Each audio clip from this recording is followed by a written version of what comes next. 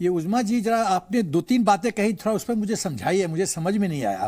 पहला चीज़ आपने कहा कि पाकिस्तान का वजूद सबको समझने की जरूरत है। मैं समझना चाहता हूं कि 1947 में क्या वजूद थी आपकी, 65 में क्या वजूद हुई, 71 में क्या वजूद हुई, आज आर्थिक व्यवस्था आपकी क्या, जो एकदम आर्थिक व्यवस्था डवाडोल है, दलदल में है, वो वजूद क्या है? बलूचिस्तान में क्या वजूद है आपकी? आपको FATF में ग्रे लिस्ट में लाया गया है, और वहां पे वजूद कहाँ है?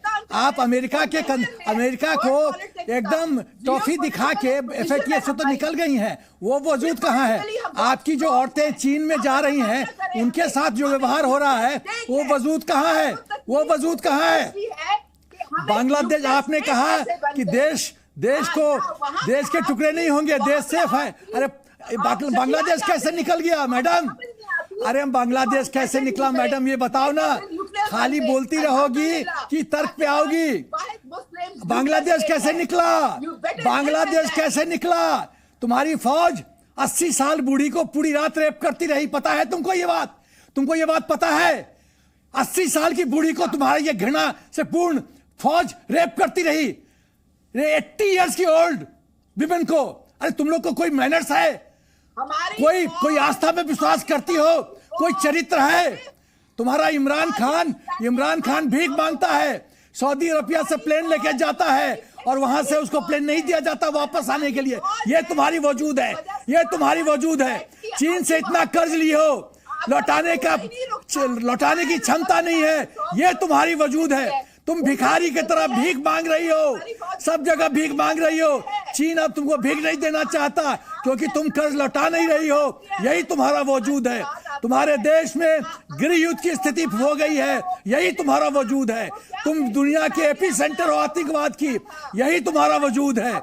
तुम्हारी टीचर्स को, तुम्हारी महिलाएं 5-5 घंटा लाइन में लगी रहती हैं, टीचर्स को तनख्वाह नहीं मिला है कई महीनों से, यही तुम्हारी वजूद है। तुम्हारी सेना हार की स्पेशलिस्ट सेना है, यही तुम्हारी वजूद है। तुम मिलिट्री इक्विपमेंट खरीद नहीं सकती, अमेरिका से कोalition सपोर्ट फंड के तहत मिलिट्री इक्विपमेंट लेती हो, भीख मांगती हो, यही तुम्हारा वजूद है। तुम्हारा लोकसभा में एक सेकंड सर, ये बोले जा रही है, क्या बोल रही है, मुझे तो अब तक ये समझ में नहीं आया। अपने मुल्क का दिफा करते हैं, और यही बात तो आपको समझ नहीं आती ना। अरे कौन सा वजूद? जनरल सेना रुक जाइए ना प्लीज, रुक जाइए। क्या बोल रही है? कभी यहाँ किसी ने खुदकशी कर ली, कभी वहाँ किसी ने खुदकशी कर ली। आपका तो हाल ही बहुत बुरा है फौज का। हो गया भाषण? नहीं, मोनोलॉग खत्म हो गया मैडम, चलिए खत्म हो गया। मुझे उम्मीद है आप दूसरे पैनलिस्ट को सुन लेंगे, ठीक है? जनरल सेना 40 सेकंड्स आप, उसके बाद हैदर हयात। देखो आदित्य, मैं ये कहना चाहता हूं कि पाकिस्तान को किसी दुश्मन की जरूरत नहीं है। ये खुद ब खुद इतना सक्षम है कि एक हमारे बिहार में गाना है, आग लगी हमारी झोपड़िया में हम गाये मल्हार। ये वो मल्हार गा रही हैं, इनके घर में झोपड़ी में आग लगा हुआ है और ये मल्हार गा रही हैं। Very good, keep it up madam, we are very happy. You don't need our animosity, हमारी दुश्मनी नहीं चाहिए। खूब हंसो, अपने नाचो गाओ, जब तक तुम डूब नहीं जाओगी। ये तुम्हारी दर्शाता है तुम्हारी बुद्धि कितनी है, तुम्हारी कितनी बुद्धि है तुम्हारे देश की, ये दर्शाता है। और टीवी पे आके तो एक पेड़ से दूसरे पे जंप करती हो, तीसरे पे गोल पोस्ट शिफ्टिंग करती रहती हो। अरे कुछ तो दीजिए हैदर हयात से। मैम आगे मौका मिलेगा आपको, प्लीज आगे मौका मिलेगा। बहुत आपने काफी बोला है, अब उसमें से समझ के आया वो एक अलग बात है, किसी ने समझा क्या और सुना क्या वो अपने आप में। मैं दर्शकों के पाले में छोड़ देती हूँ उस सवाल को।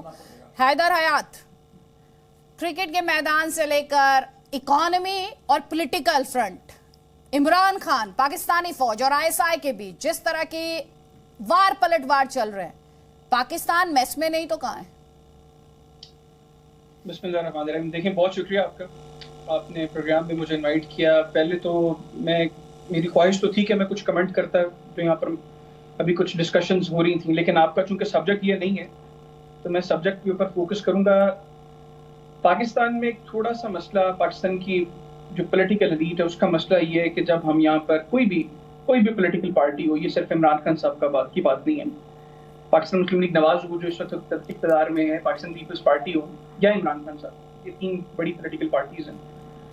ये जब इक़्तिदार में नहीं होती तो इनको इस तरह के कुछ एक्सक्यूजेस चाहिए होते हैं कि जिसमें ये पब्लिक में खुद को पॉपुलर रख सकें। और पाकिस्तान के अंदर एक बड़ा इमोशनल सेंटिमेंट है पाकिस्तान की पब्लिक का पाकिस्तान की मिलिट्री के साथ, और हम लोग यकीनी तौर पर बड़ी मोहब्बत करते हैं अपनी फौज से। पाकिस्तान का हर शहरी अपनी फौज से बड़ी मोहब्बत करता है और इस सेंटिमेंट को थोड़ा सा एक्सप्लॉइट किया जाता है। ये एक अलमिया पाकिस्तान की सियासत का। दूसरा, मुझे अफसोस हुआ आज आपके पैनल में कुछ लोगों को देखकर, मतलब सब्जेक्ट अगर आज पाकिस्तान और पाकिस्तान के पॉलिटिकल जो हालात हैं उनको डिस्कस करना था, तो आपके पैनल में कुछ लोग, मुझे नहीं पता कि वो क्यों आपने पैनल में रखे, उनकी ज़रूरत नहीं थी आज के इस पैनल में, और उनके होते हुए शायद कोई मीनिंगफुल डिस्कशन आज नहीं हो सकेगी। पर्पस यही होता है किसी भी डिस्कशन का हिस्सा बनने का कि मीनिंगफुल डिस्कशन हो सके।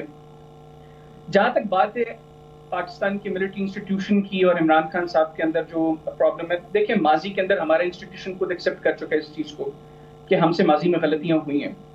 हम लोग पॉलिटिकल सिस्टम का हिस्सा किसी ना किसी तौर पर इनडायरेक्टली या डायरेक्टली, जिस तरीके से भी हमारी मिलिट्री ने अंदर किरदार अदा किया, उन्होंने कहा कि हमने माजी से सीख लिया। और मैं समझता हूँ कि बड़ी अच्छी चीज़ है कि अगर मिलिट्री ने इस चीज़ को एक्नॉलेज किया है, हमारे इंस्टीट्यूशन ने इस चीज़ को एक्नॉलेज किया है, और मैं बीइंग जर्नलिस्ट पिछले 1.5-2 साल से 3 साल से यहाँ देख रहा हूँ कि यहाँ पर हालात बड़े मुख्तलिफ हैं।